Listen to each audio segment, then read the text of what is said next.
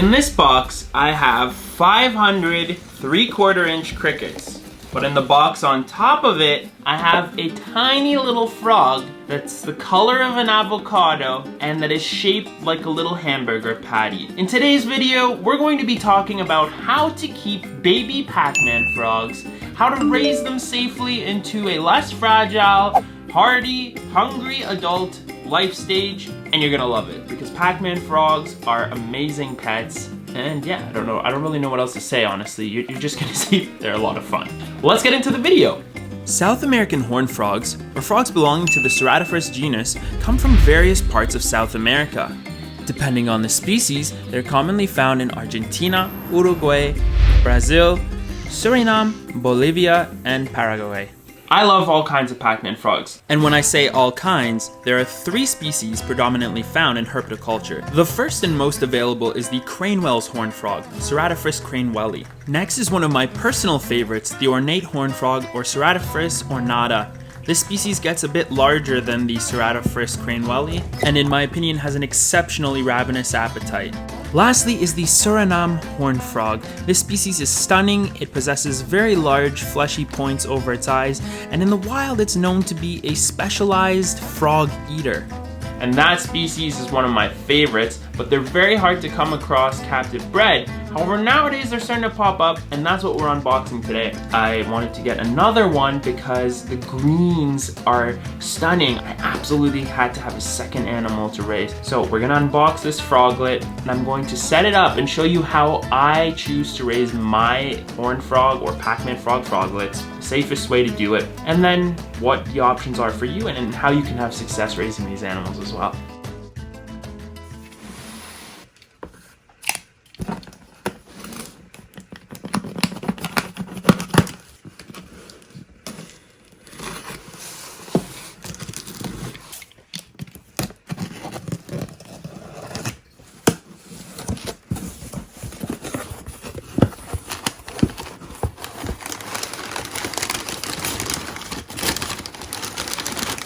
Oh my goodness. Hello there, little friend. Look how tiny they are. Hi. How you doing? Here's a tiny little green form cornuta. Look at that little froglet. So you'll see that they have quite a bit of other patterns. But as they mature, they're gonna look like this. They're so tiny. All right, well, we'll switch out that paper towel and then we'll set them up the way we wanna raise them. Goodness me, that is a tiny, tiny little frog. They're adorable. They grow super fast, trust me, very, very fast. So you'd like to raise a Pac-Man frog as a pet, and why is it even called that? Well, Pac-Man frogs have very large mouths and ravenous appetites, which is why the pet industry decided to give them that name. Combined with the fact that they'll try to eat anything that drops in front of their face, as long as it's about their size or smaller, this name comes as no surprise. So usually Pac-Man frogs are sold as small froglets in deli cups.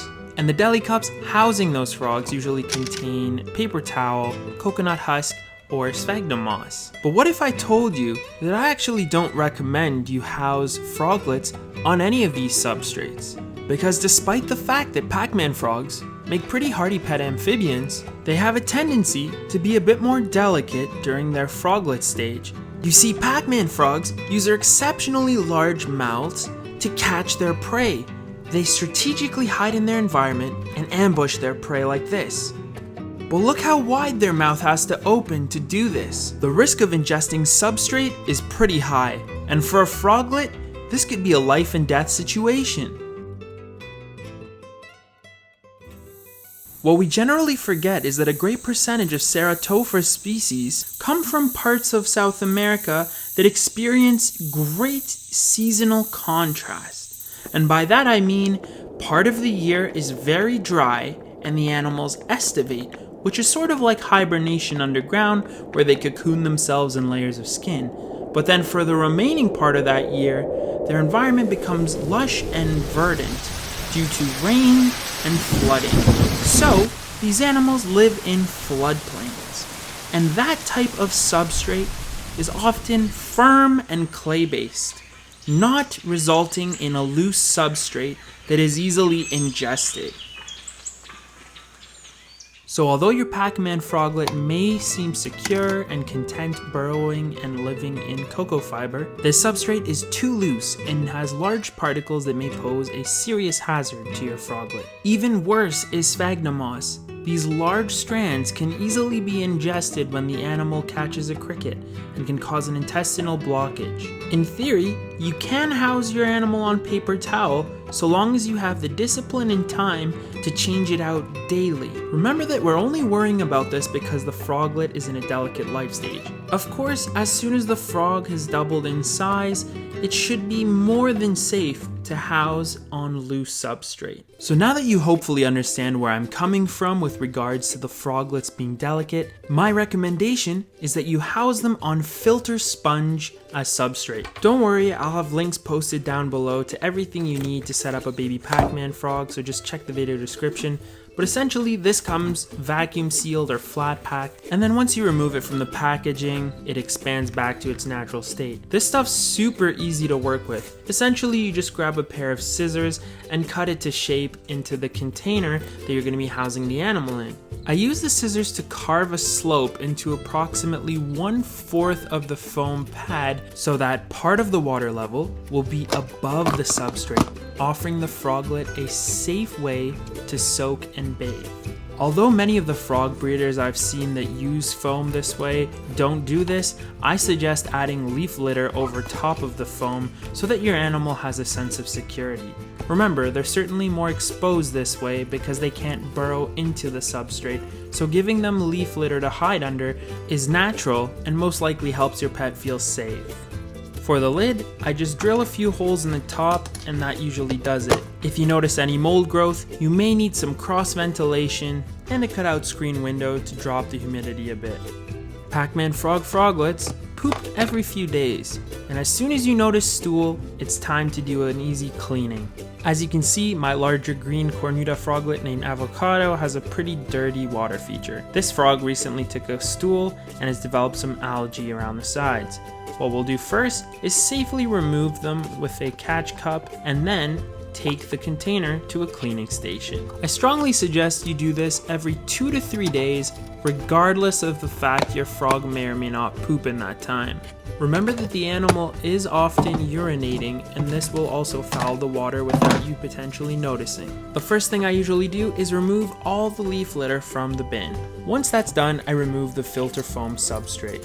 Using an animal designated cleaning sponge and Dawn dish soap, I begin to scrub the bins clean, followed by a thorough rinse using hot, soapy water. When it comes to cleaning the filter sponge pads, I'm essentially doing the same thing. Thoroughly soaking them up with the soap and then rinsing them in very hot water, rubbing them together and just making sure that they're very clean and that all the soap is removed afterwards.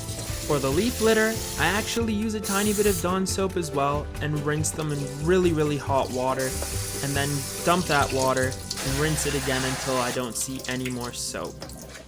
With everything clean, it's very easy to set the bin back up. We get our foam back in there, add our leaf litter back to the bin for the sense of security, and then we fill it back up with some spring water.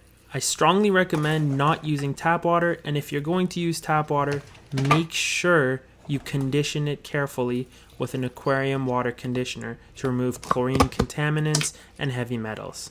So far, I've had a great deal of success raising 4 froglets this way. I keep my animals between 76 and 84 degrees Fahrenheit during the day and allow them to drop as low as 72 degrees Fahrenheit at night. And the best part is, I'm doing this simply by housing them underneath my croc skink lights. These lamps warm the animals up just enough for them to thrive. I really love keeping frogs as pets, and as you all know by now, I have quite a few different species. For today's question of the day, I'd like to ask you all, what is your favorite frog species and which would you keep as a pet if you had the choice to? Let me know in the comment section down below. And as always, I'll give your comment a heart and we can engage in a little bit of a conversation. Thanks so much. Now that we've gone over housing froglets, it's time to discuss the funnest topic, feeding. Throughout their life stages in the wild, Pac-man frogs have been researched and found to prey on a variety of different animals. Gut-loaded crickets dusted in a vitamin and calcium supplement make an excellent stable for raising these amphibians. I like to dust most prey items I offer to my froglets with Repashy Calcium Plus. Depending on the size of the prey item, I usually feed my frogs 3 to 4 times a week when they're froglets and slow down to 2 to 3 times a week as they become juvenile animals. Usually I dust prey every feeding as froglets and reduce that to about twice a week for juveniles. Here is a young juvenile Ceratophrys cornuta consuming a calcium-dusted silkworm. It is incredibly important that you offer optimal nutrition to your froglets. Ceratophrys grow quite quickly, and if they're deprived of necessary nutrients, they'll do so deformed and may develop calcium deficiencies, which can lead to improper growth. I truly can't stress enough how important this is in raising healthy Pac-man frogs, so I'm going to show you exactly what sort of variety I offer my own animals. One of my frog's favorite foods is nightcrawler earthworms. Yep, that little froglet is going to eat that whole worm. Like I said, they don't call them Pac-man frogs for nothing. They can eat enormous prey.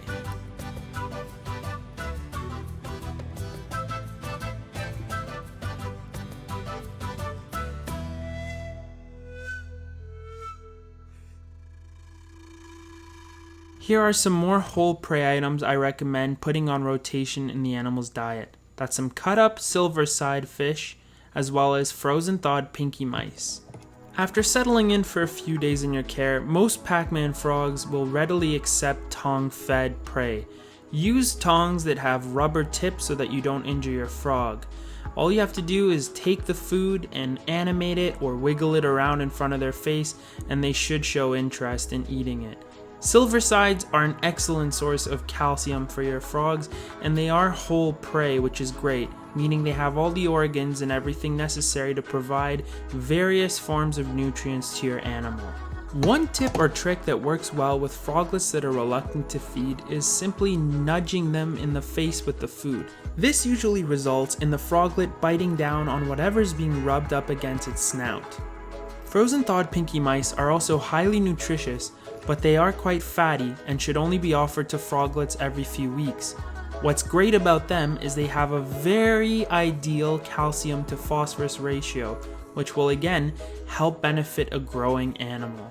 But guys, we've got a problem. So Avocado here is looking like she's getting a little bit of nose rub there on her face. This will heal very quickly. I think last night she might have been walking around bonking her face a bit, so we definitely want to put her in a new container. Let's go ahead and rehouse her now. Small little learning curve. When the Pac-man frog gets to be a little bit smaller than this, you'll want to rehouse them, because when they start moving around in here, they can knock it and hit their face, and then this is the result. They'll have a few little marks. Now this is nothing too serious to worry about. I've had this happen before. It heals within a week or so, even less, very quickly. We're going to use something called Silvazorb, colloidal silver. It's a microbial gel. Essentially, it's safe for all reptiles and amphibians. We're going to apply it to the wound, stop it from getting any type of infection. Very nice and clean. I say her, I'm not really sure about Avocado sex. And then we'll just keep doing that, and we'll apply it daily, and they'll be better in no time. But for now, let's go ahead and rehouse them. All right, so this is going to be the next enclosure for this frog. Have a nice sterile bin, cross ventilation, cut a little hole out the top, glued in some mesh. We're going to lay down some substrate. Now that Avocado is officially a young juvenile frog, she's able to deal with loose substrate. Here I have a blend of some sand, peat moss, and a little bit of activated carbon as the soil that'll be in her enclosure. Just because she's old enough to ingest a little bit of substrate doesn't mean we want her to. I'm gonna pack down this substrate as well as I can. Sure, she'll dig through it and probably nestle deeper into it, but this should still prevent her from ingesting much when she lashes out to catch her food. Next, we're going to top the whole substrate with leaf litter to provide an extra added sense of security, just like we did in her froglet enclosure. Lastly, we'll offer this animal a very shallow water dish, and that is important. The water dish needs to be shallow to ensure that there's no risk your frog will drown. Alright, I think we're ready to move Avocado into her new home.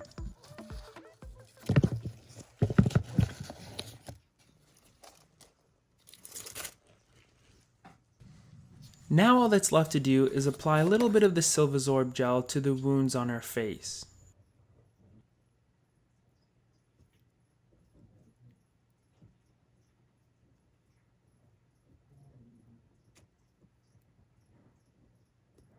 Perfect. So we'll apply a little bit more of that tomorrow. And honestly, by then, it may even be less noticeable. Should be good. All right, so Avocado's rehoused. Now we have one more large one that needs to be rehoused because they're too big as well. And they also kind of banged up their face. So let's go ahead and rehouse them right away. First, I'm gonna apply some colloidal silver.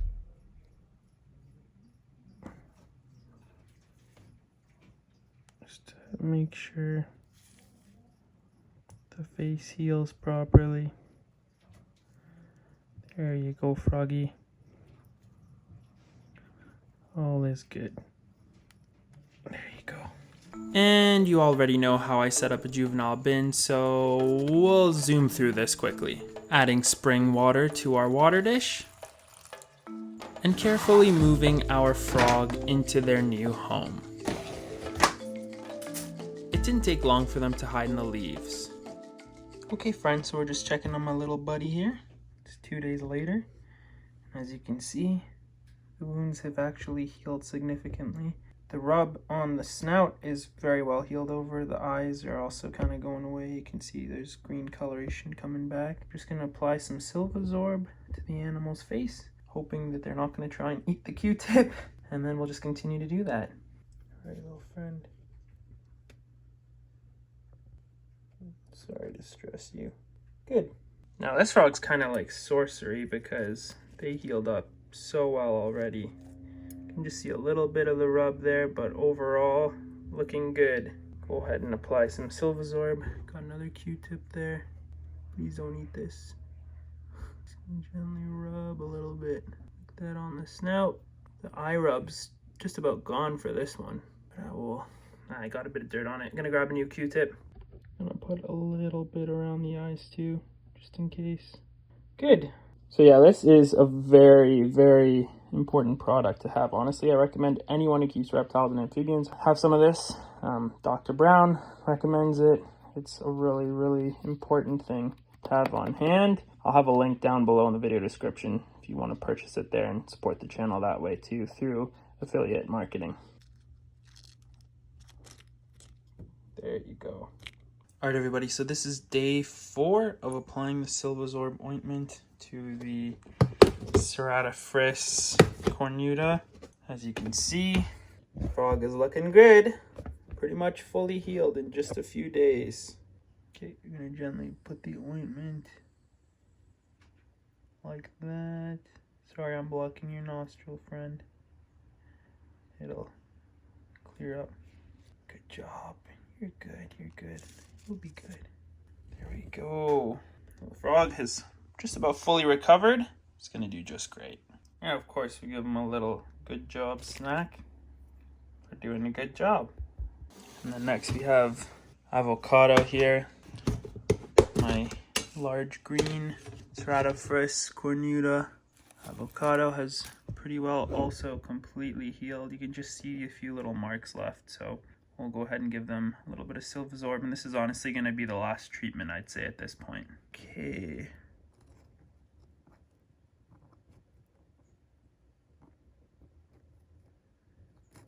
Here we go. There you go, Avocado. I'm not sure if Avocado has any interest in eating a snack, but there you go. And just to show you, by keeping the bins in close proximity to other reptile enclosures, I'm able to achieve the necessary temperatures these animals require to thrive. I also wanted to mention that care and maintenance in this type of setup is pretty straightforward and easy. When your frog defecates or poops, you just need to remove it and take a little bit of the substrate surrounding that out as well. I would suggest cleaning out the bin and replacing the substrate every few months, depending on if there's an odor produced or anything like that. You should clean out your water dish every 2 days or so, especially if it gets dirty. Be mindful of maintaining moisture in the soil. You don't want it drying out too much, and this can easily be remedied by spraying down the substrate. Okay everybody, so we're now 6 days after first treatment, and as you can see, frogs have completely healed. Looking very good. Nothing to worry about anymore. Perfect. Just gonna check on avocado too. Same situation. Completely healed.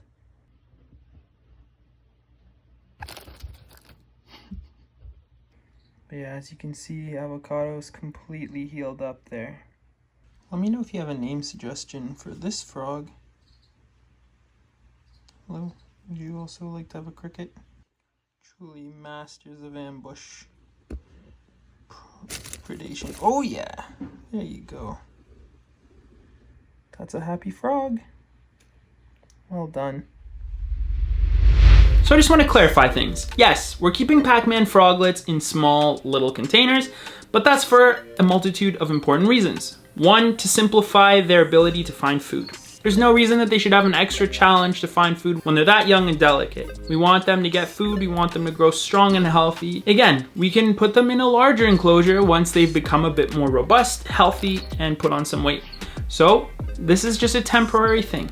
We're not looking to be cruel to animals. Unfortunately, with Pac-man frogs, there's this assumption that the animals are not very active.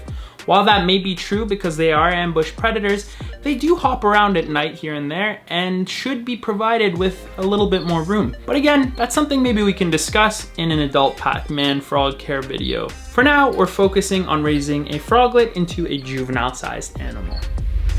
Well everybody, there you have it. I sincerely hope you enjoyed watching today's video on how I recommend raising horned frog froglets. Clearly I had a little bit of a learning curve. I do strongly suggest that you rehouse the animals as soon as they get around an inch or two in size to avoid them hitting their heads on smaller containers. So this size container does work for a froglet, or by all means you can avoid this issue altogether and put them in something taller. I would probably suggest doing that. It's just to say that if you are keeping them in something small, make sure you rehouse them after a month or so that they don't get the nose rub the way mine did, but thankfully completely recovered from. I always try to give you the good and bad. I share my humble experience as a hobbyist. I'm not perfect, I make mistakes. Sure, I have years and years of experience behind me, but I'm always looking to do the right thing and learn and share that. And yeah, I'm not infallible, I make lots of mistakes. So I hope that comes across well, and I hope you enjoyed this video. Let me know in the comment section down below what you think. Do you want to own a Pac-man frog? I'd love to know. These are amazing animals. And stay tuned because I'm really excited to introduce you all to Lunchbox, which is my huge large Ceratophrys ornata. This frog is impressive. I want to know from you, do you want me to do a care video on how to keep adult horned frogs? Let me know in the comment section down below and I'll show you Lunchbox in more detail. And as always friends, I want to take a moment to sincerely thank my patrons over on the Patreon platform. You guys are amazing. I really appreciate your additional support there. Many of you ask, what is the best way you can support this channel? Naturally, it's through viewing my videos, giving them thumbs up, engaging with the comment section and more. But for those of you who want to go a step further and really support what I'm doing here, the Patreon platform is the way to do it, because not only are you contributing to everything that happens around here in the reptile room, the expeditions I go on and more, you're also getting a bunch of perks like sneak peeks on upcoming projects, new animals that I'm getting, trips, you get Q&As, a direct line of communication with me, and when you sign up, you also get a shout out in an upcoming video. So today we're thanking all of the newest patrons that have joined Patreon since the last time I did shout outs, which was my last video. We have Carlucci, Mike, Mr. Turvydrop, Solarex, Julian, Diana, and Anna. Thank you so much to all of you for becoming Reptiliatus patrons. I really appreciate your support, and I'm so excited to get to know you all better on that platform. We have an upcoming exclusive Patreon Q&A video and more, so stay tuned for that. If you're interested in learning about how you can become a patron and support Reptiliatus channel, you can check out the link in the video description to find out more information. Thanks so much. If you want to see more videos pertaining to keeping frogs, check out the playlist up above. Otherwise, I can't wait to see you all next week for our upcoming video. Take care, everybody. Bye.